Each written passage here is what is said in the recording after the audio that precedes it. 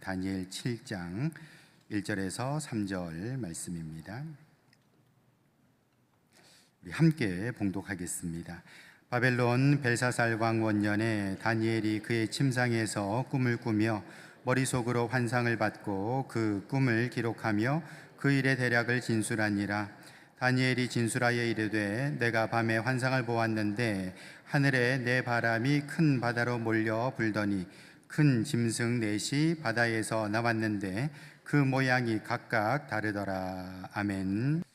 오늘 다니엘서는 12장으로 이루어져 있습니다. 근데 내용의 구성을 좀 나눠본다면은 1장에서 6장까지는 스토리 중심으로 나와 있죠. 그래서 금신상 이야기, 풀무불 이야기, 사자굴에 들어간 이야기, 이런 이야기들이 주를 이루고 있습니다. 그리고 이제 나머지 7장부터 12장까지는 환상, 4가지 환상에 대한 이야기가 나와 있다라는 것입니다. 그래서 우리가 주일학교에서 설교를 하거나 아니면은 우리 성인 설교에서도 이렇게 보통은 1장에서 6장까지를 많이 다루게 되죠. 이야기 중심으로 돼 있으니까요. 나머지 이제 7장에서 12장에 대해서는 환상이다 보니까 여기에 대해서는 주로 잘 언급을 하지를 않습니다. 근데 우리가 보통 이 다니엘서를 대선지서에 분류를 하거든요. 보통 대선지서라고 한다면은 이사야, 그리고 예레미야, 에스겔. 물론 예레미야, 애가 같은 경우는 이제 분량이 적기는 합니다만 어쨌든 예레미야가 써서 이제 대선지서로 이제 분류를 합니다. 다 이제 분량이 많은 성경들은 그렇게 이제 대선지서로 분류를 하죠. 근데 다니엘서는 이제 12장밖에 없는데 대선지서로 분류를 합니다. 사실 뒤에 나오는 호세아서는 이제 14장까지 있거든요. 근데 이제 호세아서는 소선지서, 다니엘서는 대선지서, 이렇게 분류를 하게 되는 것이죠. 그 이유가 무엇인가? 바로 이제 7장부터 12장까지 나오는 요 예언의 말씀, 환상에 대한 어떤 이 기록들 때문에 바로 이제 대선지서로 분류를 한다 보시면 될 것 같아요. 이런 어떤 환상에 대한 이야기가 앞으로 되어질 일들, 또 세계적인 어떤 역사적인 흐름들을 보여주고 있다라는 측면에서 대선지서로 분류를 한다, 이렇게 이해를 해주시면 좋을 것 같습니다. 여러분, 7장부터 12장까지는 4가지 환상이 등장을 하고 있습니다. 오늘 본문에서 읽어드린 바처럼 7장에서는 이제 4마리 짐승에 대한 환상이 나오고 있고요. 그리고 8장에서는 이제 숫양, 그리고 숫염소의 환상이 나오고 있습니다. 그리고 9장에서는 70일의 환상이 나오고 있고, 그리고 10장부터 12장까지는 히데겔 강가에서 보았던 그런 환상에 대한 설명들을 하고 있다라는 것입니다. 하나님께서 왜 다니엘에게 환상을 보여주셨는가? 환상이라는 것이 일종의 좀 효용 가치가 있죠. 무슨 말인가 하니, 우리가 말로 듣는 것보다는 눈으로 보는 게 훨씬 더 각인 효과가 있지 않겠습니까? 그러니까 이제 우리가 이제 그냥 말로 설명하는 것보다는 뭔가 이렇게 눈으로 보여주는, 그림으로, 이미지로 보여주는 것이 마음속에 굉장히 오래 남을 수가 있다라는 것입니다. 그래서 우리가 이 글을, 우리는 사실 글로 있습니다만 글만 읽어봐도 여기서 나오는 어떤 묘사되는 이미지들이 머릿속에서 좀 그려지게 되는 것이죠. 그래서 이제 이것이 아주 참 오랫동안 마음속에 남아 있을 수 있다라는 것입니다. 그래서 훨씬 더 강력하게 이렇게 마음속에 심어 놓을 수 있다라는 그런 장점이 있을 것 같습니다. 물론 우리는 요즘에 이제 영화 속에서 워낙 다양한 이미지들 또는 3D 그런 입체 이미지들을 많이 보기 때문에 이런 것들이 이렇게 크게 와닿지는 않을 수는 있으나, 초대교회 성도들만 하더라도 요한계시록 읽으면서 두려워서 떨었다고 하지 않습니까? 그만큼 이렇게 무시무시하다라고 느껴지게 된다라는 것이죠. 그래서 하나님께서 다니엘에게 환상을 보여주신 것은 마음속에 깊이 심어놓기 위해서 그렇게 하셨다라고 볼 수가 있습니다. 근데 우리가 이런 성경에서 환상에 대한 이야기들이 많이 나오죠. 가령 에스겔서 같은 경우에도 환상이 굉장히 많이 기록이 되어 있고, 다니엘서에도 지금 4가지 환상이 이어서 지금 나와 있고, 우리가 또 연말에 다루겠습니다만 요한계시록 같은 경우에도 환상이 굉장히 많이 그렇게 기록이 되어 있습니다. 근데 우리가 환상을 해석할 때에 좀 주의할 점이 있을 것 같아요. 그게 뭐냐면은 여러 가지가 있겠습니다만 일단은 1:1 대응은 좀 자제를 하셔라 라는 것입니다. 1:1 대응은 자제를 하셔라. 무슨 말인가 하니, 여기서 10개의 뿔이 나온다 그래서 이 10개의 뿔이 10명의 황제를 말하는 것이다, 누구를 말하는 것이다, 이런 식으로 연결을 하는 것은 좀 오류에 빠지기가 쉽다라는 것입니다. 제가 예전에 어려웠을 때만 하더라도 여러분 그 90년대 그때 이제 어떤 일이 있었는가 하니 유럽이 하나로 이렇게 뭉쳐지는 그런 일이 있었거든요. 그래서 유럽연합이 탄생을 했습니다. 근데 처음에 유럽연합이 10개국으로 시작을 했다고요. 그래서 이제 파란 바탕에다가 10개의 노란 별을 딱 박아가지고 이게 이제 국기, 유럽연합의 국기로 이렇게 만들었죠. 근데 그 당시에 이제 어떤 말이 있었는가 하니 저 10개의 유럽연합 10개국, 저 10개의 별이 말하자면 요한계시록에 나오는 10개의 뿌리다. 10개 짐승의 뿌리다라는 겁니다. 그래서 하나님을 대적하는 그런 어떤 존재가 될 것이다라고 그렇게 얘기들을 했거든요. 근데 뭐 사실 나중에 이제 지금 어떻습니까? 유럽연합이 몇 개국 되죠? 20개국이 넘죠. 27개국인가 아마 그렇게 될 겁니다. 그렇게 이제 많은 그런 나라들이 가입을 했는데 뭐 그렇게 이제 바뀌었잖아요. 그러다 보니까 우리가 뭐 이것이 10개의 별이 10개의 뿌리다 이런 식으로 1대1 대응을 하는 것은 조금 해석의 오류에 좀 빠지기가 쉽다라는 것입니다. 더더군다나 우리가 오늘 뭐 이따가 이제 네 마리 짐승에 대해서도 살펴보겠습니다만 이런 것을 뭐 요거는 헬라를 말하는 거야, 이건 로마를 말하는 거야 이렇게 연결을 짓는 것이 물론 그게 뭐 틀렸다고 말할 수는 없는데 어찌 보면 우리에게는 의미가 없을 수도 있어요. 왜냐하면 우리는 지금 헬라 시대나 로마 시대를 살아가는 사람들이 아니잖아요. 이미 다 지나간 건 아닙니까? 그렇다면 우리한테는 의미가 없지요. 근데 이것을 단순하게 뭐 이것은 헬라를 말하는 것이다, 이것은 로마를 말하는 것이다 이렇게만 이해를 한다면은 우리에게는 의미가 좀 덜할 수 있다. 그것보다는 여러분 우리가 이제 성경에 나오는 여러 가지 환상을 해석하는 방법 중에 하나는 뭐냐면은 흐름과 상황을 보는 것이 더 중요하다라는 것이죠. 우리 왜 저기 여론조사 전문가들이 하는 얘기가 있더라고요. 그게 뭐냐면 여론조사에서 뭐 몇 퍼센트가 나왔다, 뭐 30%가 나왔다, 40%가 나왔다. 그게 별로 중요한 게 아니라는 겁니다. 여론조사에서 중요한 건 뭐냐? 추세가 중요하다, 흐름이 중요하다라는 얘기를 많이 하더라고요. 다시 말해서 지금 이 지지율이 오르고 있는 추세인가 내리고 있는 추세인가 하는 것이 중요하지 뭐 저기 2, 3% 올랐다 내렸다 그거는 크게 의미가 없을 수도 있다라는 것입니다. 마찬가지입니다. 우리가 환상을 해석할 때에도 그냥 이것이 이 뿔이 뭘 상징하냐 이렇게 1대1 대응으로 풀려고 하기보다는 이 전반적인 흐름, 전반적인 이미지, 전반적인 이 분위기가 말해주는 것이 무엇인가 이걸 우리가 또 받아들이고 해석하는 것이 훨씬 우리에게 유익이 된다라는 것입니다.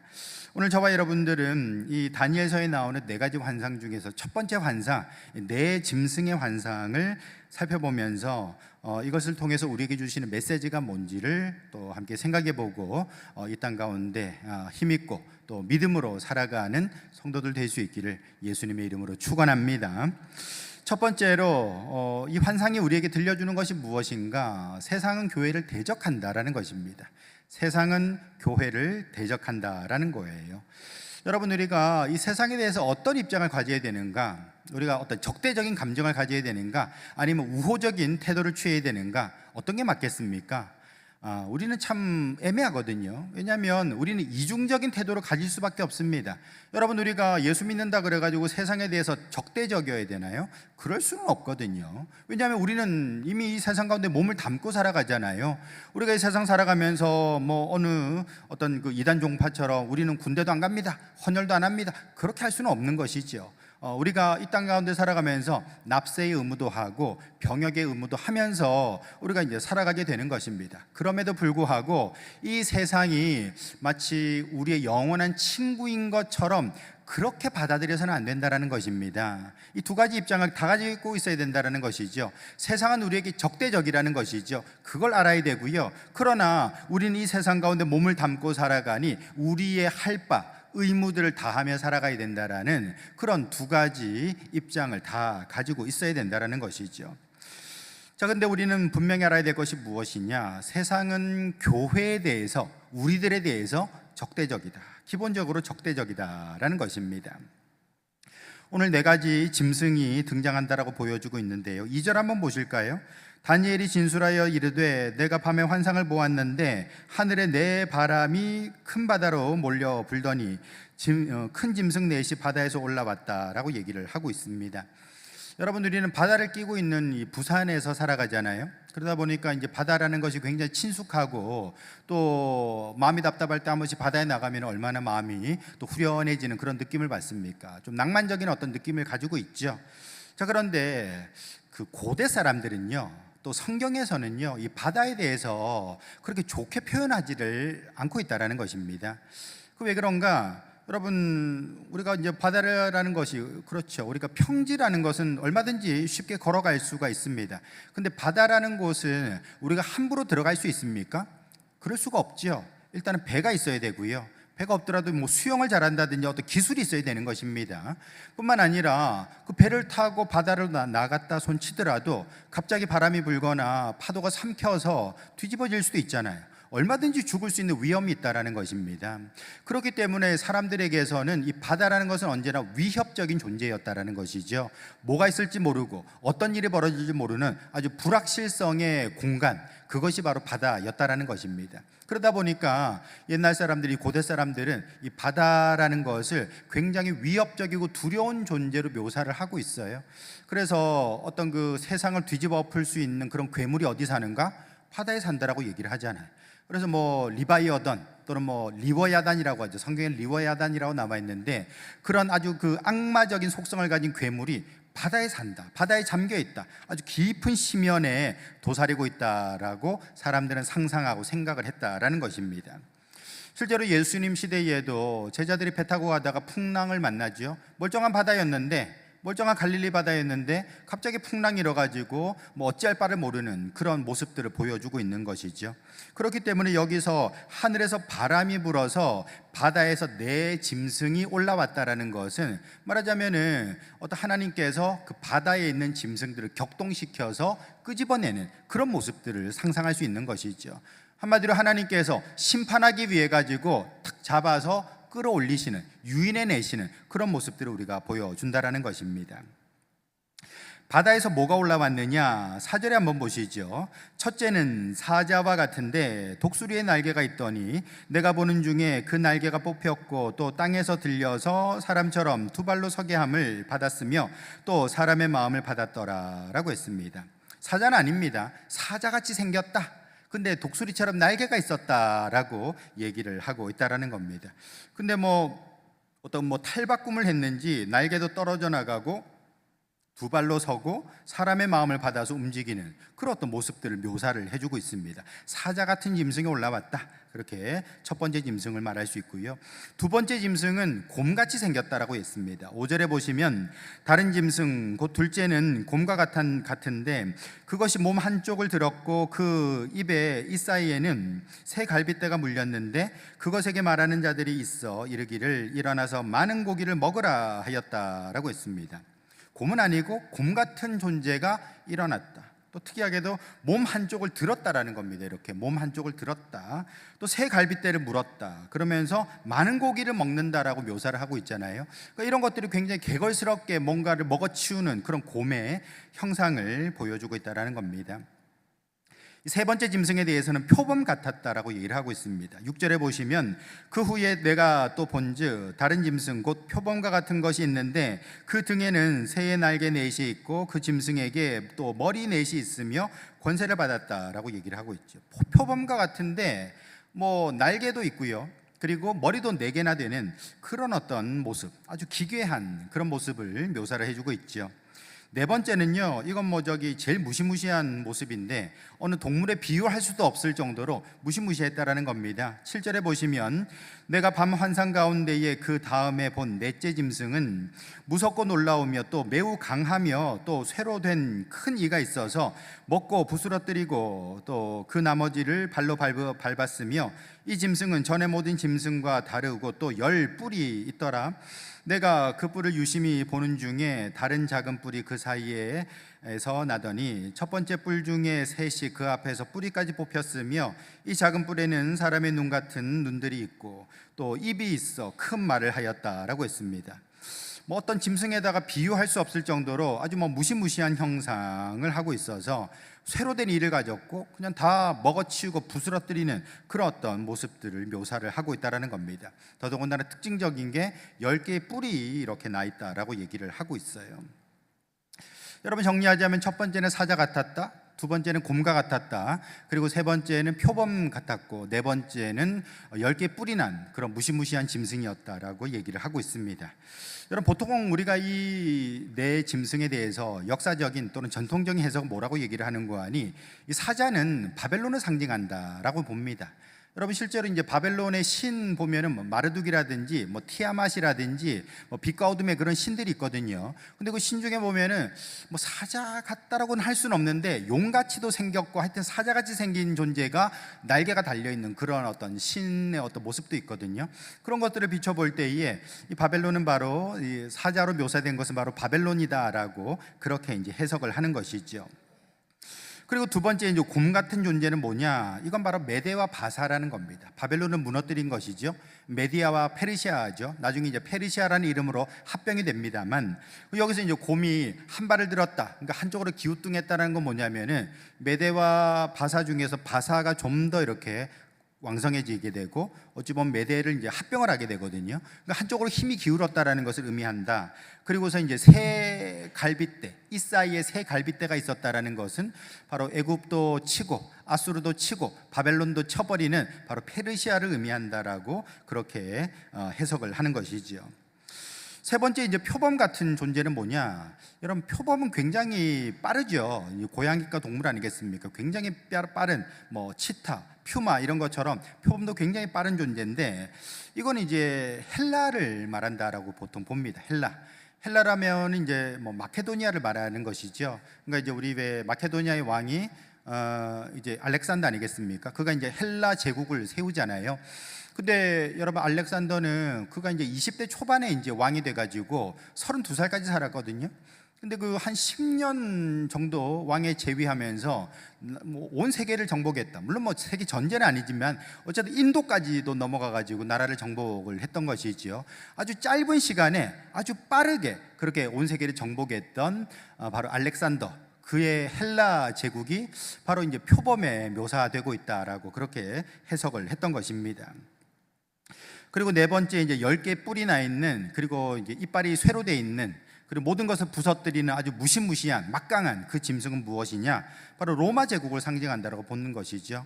10개의 뿔이라는 것은 바로 황제들을 상징한다라고 보여진다라는 것입니다. 이렇게 이제 사자나 곰이나 표범이나 그리고 10개 뿔이 난 짐승에 대해서 각각 바벨론, 페르시아, 헬라, 로마를 상징한다라고 그렇게 이해를 했던 것이죠. 이것이 이제 어찌 보면 1차 해석이라고 볼 수 있습니다. 물론 이것이 틀렸다라고 하는 게 아니고요. 뭐 이런 해석도 충분히 가능할 수 있다. 근데 제가 말씀드린 대로 우리가 이 환상을 해석할 때에 1대1 환상이라는 것은 조금 우리가 좀 자제해야 된다, 조심해야 된다라는 것이죠. 왜냐하면 그게 팩트가 다를 수도 있는 것이고, 뭐 하나 이렇게 딱 빼버리면 우르르 무너질 수도 있는 것이고요. 더더군다나 우리가 이게 뭐 바벨론, 페르시아, 헬라, 로마 어떤 시대의 어떤 환상이라면은 사실 우리하고 별 상관도 없을 수 있거든요. 우리는 로마 시대에 사는 사람 아니지 않습니까? 그러니까 우리에게는 의미 없는 환상일 수도 있다라는 것이죠. 그러나 우리가 아까 말씀드린 대로 환상을 해석할 때에 그것을 1대1 어떤 대응으로 해석할 게 아니라 그 추세, 흐름, 분위기, 이미지 이런 것들을 우리가 좀 이해할 필요가 있다라는 것이죠. 그렇게 본다면은 여기서 나오고 있는 이 네 마리의 짐승, 바로 사자, 곰, 표범, 10개의 뿔 달린 짐승, 무엇을 상징하는가? 이건 바로 세상의 권력을 말하는 것이죠. 또는 뭐 세상이라고 말할 수도 있을 것입니다. 세상 권력, 세상, 우리가 살아가는 이 세상 자체가 바로 사자 같고 곰과 같고 표범 같고 10개의 뿔이 달린 존재와도 같다라는 것이죠. 여러분, 언제나 그렇죠. 동서고금을 막론하고 권력이라는 것은 어떤 때는 사자같이, 어떤 때는 곰과 같이, 어떤 때는 표범이나 또는 10개의 뿔 달린 그런 포악한 모습과 같이 등장할 수 있는 것 아니겠습니까? 언제나 이런 어떤 모습들은 세상에서 얼마든지 발견될 수 있다.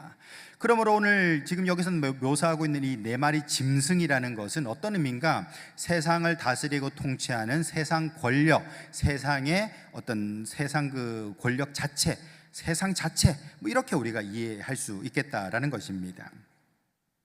근데 여러분, 왜 짐승이라고 그랬을까요? 아니 뭐 저기 세상 권력이라고 말한다면은 어떤 왕의 모습으로도 보여줄 수 있는 것이고, 어떤 사람으로 또는 어떤 특정한 존재로서 이렇게 말할 수도 있을 텐데, 왜 특별히 짐승이라고 지칭하고 있는가?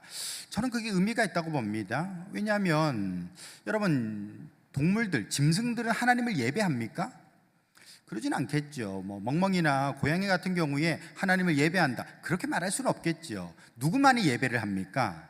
사람만이 하나님을 예배한다라는 것입니다. 사람만이 하나님을 찬양하고, 사람만이 하나님의 모양과 형상을 받아서, 하나님의 생기를 받아서 요예수 그리스도의 구원의 은혜를 입어서 우리 하나님을 예배할 수 있는 존재다라는 것입니다. 그렇게 본다면은 여러분, 여기서 나오는 네 마리의 짐승, 요 짐승들은 하나님을 예배할 수 있을까요? 그렇게 하지 않는다라는 것입니다. 하나님에 대해서 예배하거나 경외하거나 겸손하거나 그런 건 없다라는 것이죠. 한마디로 말해서 세상은 기본적으로 아주 뭐 디폴트라는 것이죠. 이 기본적으로 세상은 하나님에 대해서 예배하지 않는다, 존경하지 않는다라는 것을 이 짐승이라는 표현 자체에서 담고 있다라는 것이죠. 그러므로 여기서 벌써 이렇게 대비가 되지 않습니까? 사람은 하나님을 예배하는데 세상은 그렇지 않구나. 그러니까 여기서 갈등이 생기게 되는 것이고, 여러 가지 어려움이 나오게 되겠다라는 것을 이미 뭐 벌써 암시해 주고 있는 것이죠. 특별히 오늘 본문에서 이 짐승으로 대표되는 이 세상 권력이 어떤 일을 벌이고 있느냐, 25절에 다 나와 있습니다. 25절에 보시면, 그가 장차 지극히 높으신 이를 말로 대적하며 또 지극히 높으신 이의 성도를 괴롭게 할 것이며 그가 또 때와 법을 고치고자 할 것이다 라고 얘기를 하고 있죠. 여기 보시면 지극히 높으신 이를 말로 대적한다 그랬습니다. 다시 말해서 하나님을 말로 대적한다라는 거예요. 여러분, 세상의 지식과 학문들을 보십시오. 거기서는 다 뭘 하고 있죠? 하나님을 부정하는 그런 어떤 역할들을 많이 하고 있잖아요. 가령 여러분 뭐 우주의 어떤 진화에 대해서 얘기를 할 때에 뭐 빅뱅 이론 같은 걸로 얘기를 하지 않습니까? 과학적으로 그렇게 설명을 합니다. 한 점에서 뻥 터져가지고 우주가 펼쳐졌다, 시간과 공간이 만들어지게 됐다라고 얘기를 하고 있습니다. 거기는 하나님이 존재하지를 않죠. 그러니까 과학 속에는 하나님이 없다라는 겁니다. 근데 과학자들이 말하지 않는 것이 있죠. 뭘 말하지 않습니까? 그럼 이 점은 어디서 왔느냐? 이거 절대로 얘기하지 않습니다. 이건 그냥 마치 수학의 공리처럼 그렇다 치고 여기서 터졌어 라고만 말하지, 이 점이 어디서 왔는지는 얘기를 하지 않아요. 왜냐하면 이걸 말하면 신이란 존재가 나올 수밖에 없거든요. 그러다 보니까 과학은 절대로 이걸 얘기하지 않는다. 한마디로 말해서 여러분이 오늘날의 합리적인 그런 철학과 과학과 모든 지식들이 다 무엇을 하고 있는가?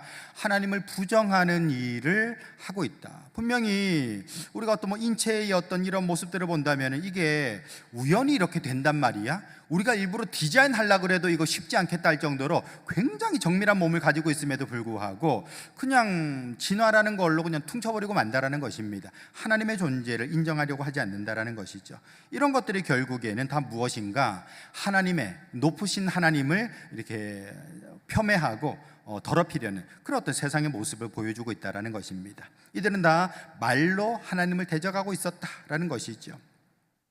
두 번째로 짐승들이 하는 일이 뭡니까? 성도들을 괴롭힌다 그랬습니다. 지극히 높으신 이의 성도들을 괴롭게 한다라고 얘기를 하고 있어요. 이거 뭐 연결되는 것이죠. 하나님을 대적하는 세상이 결국에는 교회 다니는 성도들에 대해서도 대적하는 모습을 보여주고 있다는 것입니다. 뭐 실제로 예수님 승천하시고 난 뒤에 초대교회 시대에 로마에서 많은 핍박이 있었던 것을 알 수 있죠. 뭐 검투사하고 싸우다가 죽도록 한다든지 아니면 뭐 사자밥으로 던져진다든지 여러 가지 핍박이 있었던 것을 볼 수가 있습니다. 뿐만 아니라 여러분, 오늘날에도 마찬가지죠. 오늘날에도 많은 사람들이 교회에 대해서 또는 성도들에 대해서 그렇게 정말 부정적인 얘기를 하거나 어떤 부정적인 분위기들을 만들어 가고 있죠.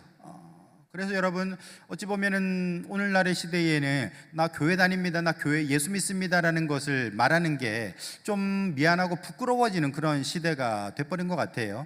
어떤 사람들은 뭐 글쎄, 여러분 교회 식당 가서 식사하실 때 기도하고 드시나요? 아니면 신발 묶는 척 하면서 이렇게 장갑 기도하고 드시나요? 여러분, 우리가 하나님 앞에서 나 예수 믿습니다, 교회 다닙니다라는 것을 말하는 게 좀 부끄러운 시대가 됐다. 그게 왜 그런가? 기본적으로 세상은 교회에 대해서, 성도들에 대해서 아주 이렇게 핍박하는, 괴롭히는 그런 어떤 정서들을 가지고 있기 때문에 그렇다라는 것이죠. 참 희한하게도 미신을 믿는 사람에 대해서 사람들이 손가락질하진 않아요. 가령 여러분, 뭐 저기 새 차 샀다 그래가지고 고사 지내는 사람들 덜어 있지 않습니까? 지금도 있거든요. 근데 그런 사람에 대해서 아니 21세기가 됐는데, 과학시대가 됐는데 저런 짓을 하고 있다니 쯔쯔쯔 손가락질하는 사람 아무도 못 봤습니다. 그냥 뭐 그런가 보다 하고 넘어가요. 그런데 교회 다닌다, 나 일요일에 나 교회 간다, 나 기도한다, 뭐 이렇게 얘기하면은 야, 그런 걸 왜 가냐, 그런 걸 왜 하냐, 이렇게 얘기하는 사람들이 있다라는 것입니다. 왜 그런가? 이 세상의 속성이기 때문에 그렇다라는 것이죠. 미신에 대해서는 관대하지만 신앙에 대해서는 철저하게 손가락질하는 모습이 있다라는 것입니다. 여러분, 우리나라에서도요, 사실 뭐 예전에는 한때 교회에 대해서 아주 우호적인 사회 분위기가 아주 우호적일 때도 있었습니다.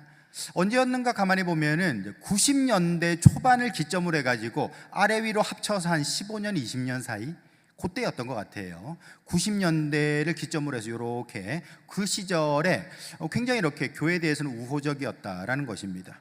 그래서 지금 제가 기억을 되짚어 보면은 여러분 그 뭐 옛날에 그 젊음의 행진 아시죠? 젊음의 행진. 연식 있는 분들은 다 기억나시지 않습니까? 젊음의 행진 그 프로가 KBS 아닙니까 그게. 근데 거기서요 그 성탄절 즈음 돼가지고 성극을 했었어요. 성극을. 거기 나오는 그 개그맨들 저기 가수들이 나와가지고 그 소방차도 나왔었거든요. 전영도도 나오고 나와가지고 마치 교회에서나 할 법한, 교회적인 성탄 발표회에서나 할 법한 그 성극을 그 노래 부르면서 캐롤 부르면서 했다고요. 공중파에서. 그런 일이 있었다는 것입니다. 뿐만 아니라 옛날 90년대는요 그 MBC에서 그 일요일 아침에 6시인가 6시 반인가 그때에 그 여의도 순복음교회 조윤기 목사님 그 설교를 그렇게 방영을 해주곤 했었습니다. 여러분, 이렇게 그 당시만 하더라도 교회에 대해서 굉장히 좀 우호적인 분위기가 있었다. 그래서 뭐 저기 서울 강남에 잘 나가는 사람들은 다 뭐 교회 다니는 사람들이었고, 교회 다니는 사람들 그 자체가 굉장히 좀 교양 있는 사람인 것처럼 그런 어떤 분위기가 만들어지는 데도 분명히 있었다라는 것이죠. 근데 여러분, 그렇게 이제 지나고 나서는 아주 뭐 어떻습니까? 지금은 그렇진 않죠. 굉장히 이제 교회에 대해서 신랄하게 비판하고 공격하는 모습들을 보여주고 있어요. 근데 제가 가만히 생각해 보니까 90년대 그 어간에 왜 그럼 사회가 교회에 대해서 되게 좀 호의적이었을까? 왜 그랬을까? 가만히 생각해 보면 이유는 있는 것 같아요. 왜냐하면 여러분, 우리나라가 저기 전쟁 이후에 산업화가 있었고 또 그 이후에는 민주화가 있었잖아요. 그 산업화나 민주화에 다 주도적인 역할을 했던 게 사실은 기독교였거든요. 우리 뭐 새마을 운동이라든지 이런 어떤 정서적인 어떤 밑바탕에 우리 기독교 뭐 저기 하면 된다, 할 수 있다, 해보자 뭐 이런 것들이 다 들어있다고요. 뿐만 아니라 민주화 운동에서도 역할을 했던 분들이 굉장히 많이 있죠. 뭐 김수환 추기경이라든지 아니면 뭐 강원룡 박사라든지 목사님이라든지 이런 분들이 이제 역할들을 했다고요. 그러다 보니까 어찌 보면 우리 사회가 교회에 대해서 좀 일종의 고마움 또는 부채의식 같은 게 좀 있었던 것 같아요. 그러다 보니까 여러분, 어떤 교회에 대해서 좀 우호적인 분위기, 바로 이제 민주화가 막 되고 난 뒤에 그 90년대 초반을 중심으로 해서 한 10년, 15년, 20년 그 어간에는 교회에 대해서 그래도 분위기는 좀 괜찮았다라는 것입니다.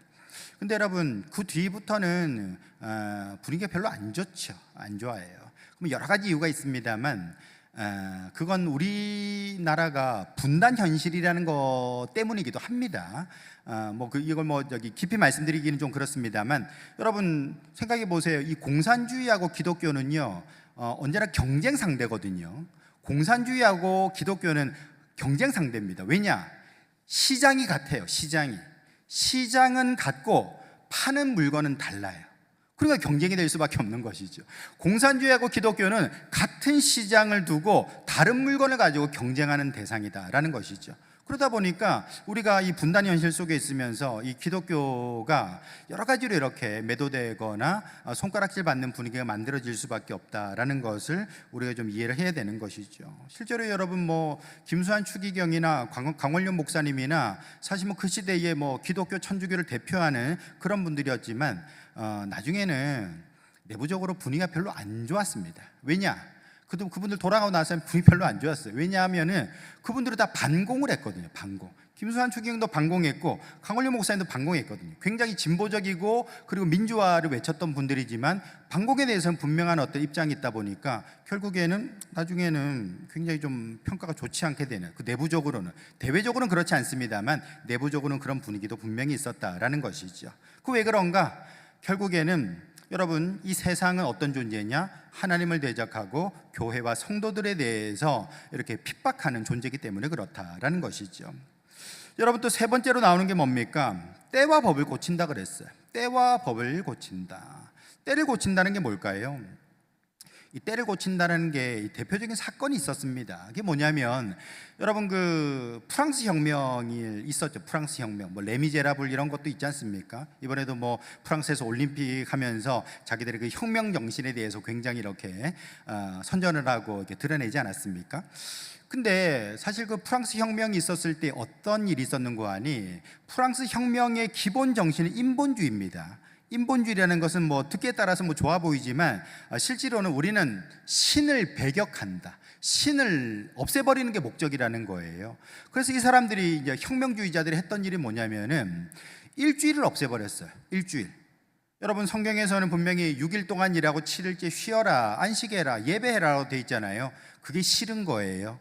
그래서 어떻게 했는고 하니, 우리 프랑스에서는 9일 일하고 10일째 쉰다, 이렇게 만들어버렸다는 겁니다.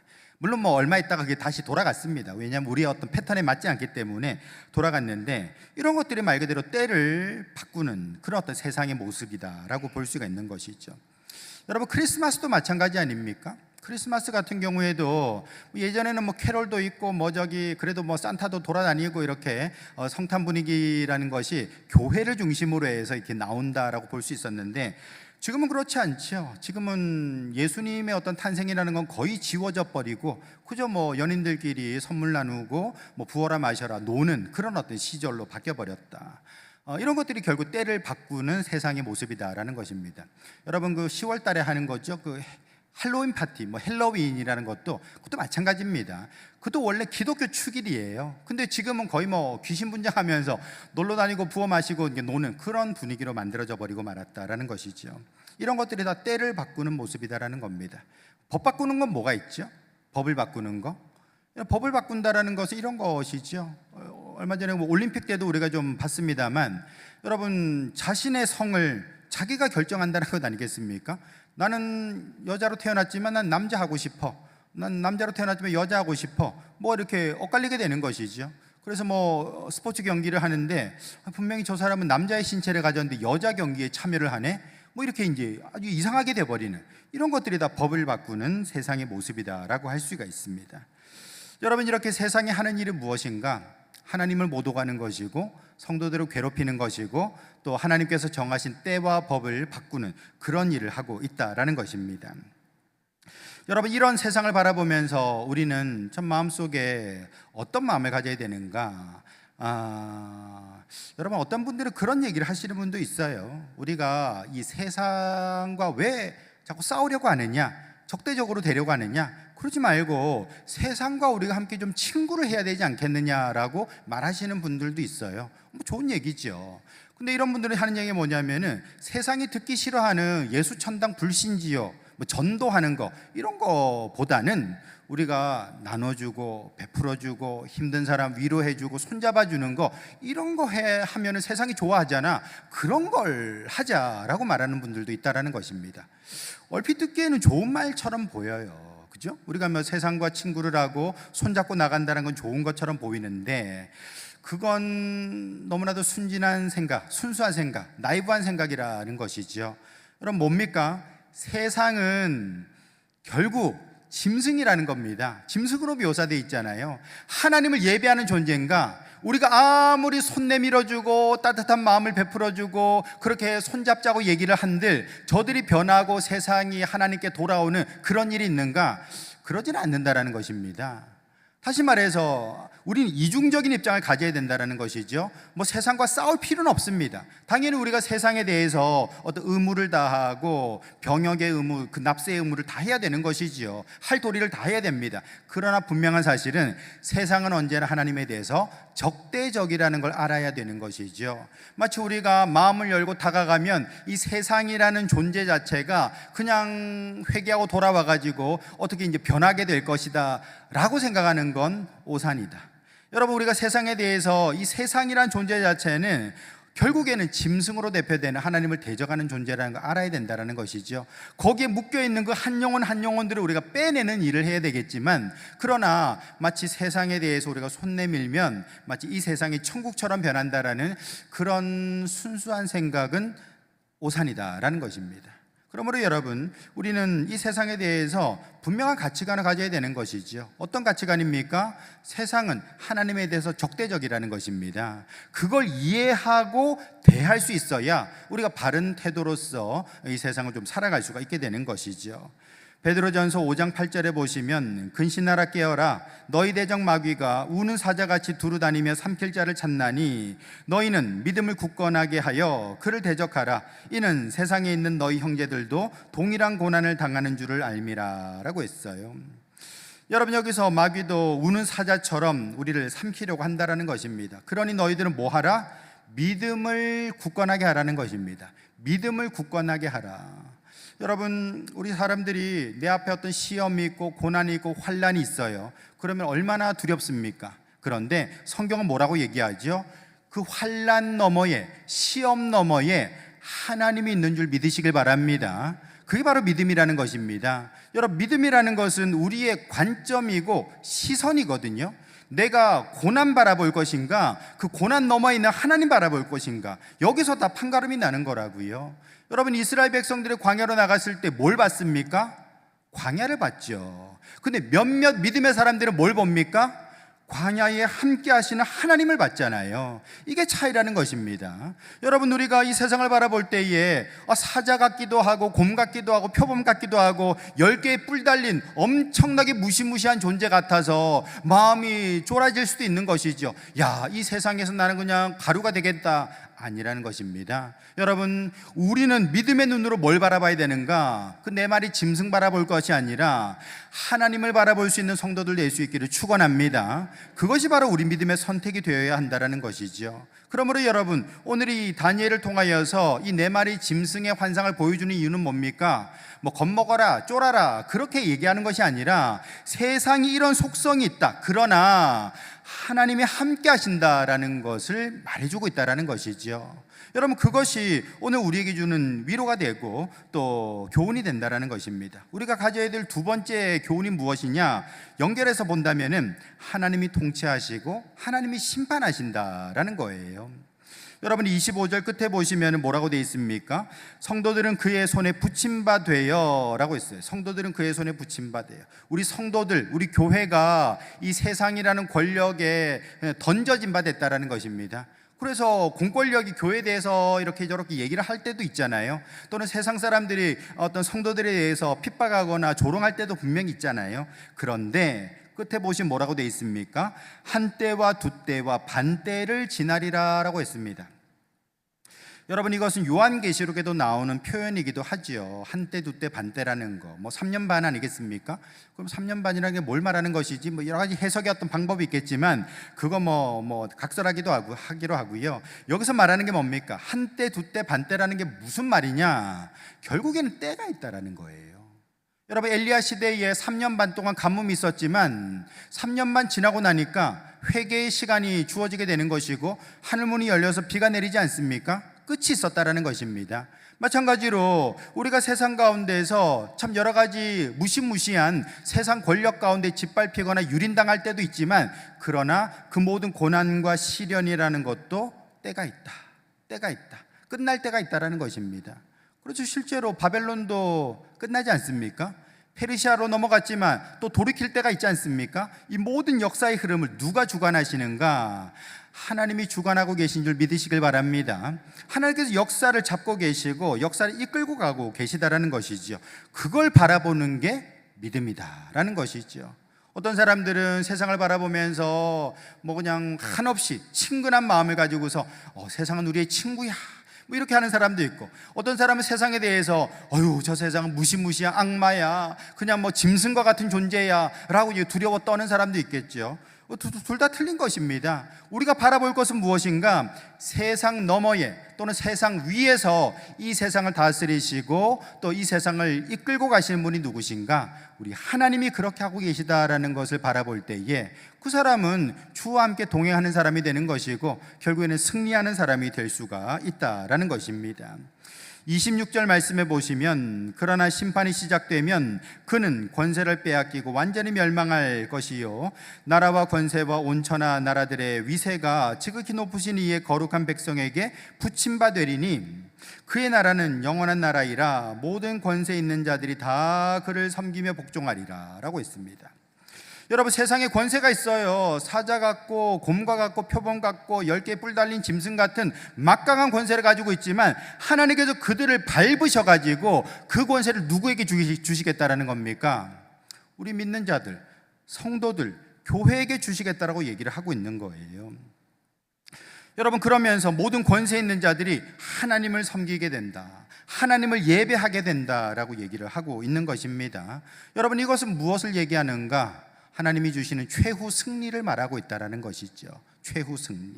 이것을 기억한다면 저와 여러분들은 뭐 세상에서 두려워 떨거나 염려하거나 근심할 것이 아니라, 자꾸만 사자를 바라보거나 곰을 바라보거나 표범을 바라볼 것이 아니라 그 모든 것 너머에 계시는 역사와 모든 흐름들을 주관하시고 섭리하시는 하나님을 바라볼 때에 우리는 이기고 승리할 수 있다라는 것이죠.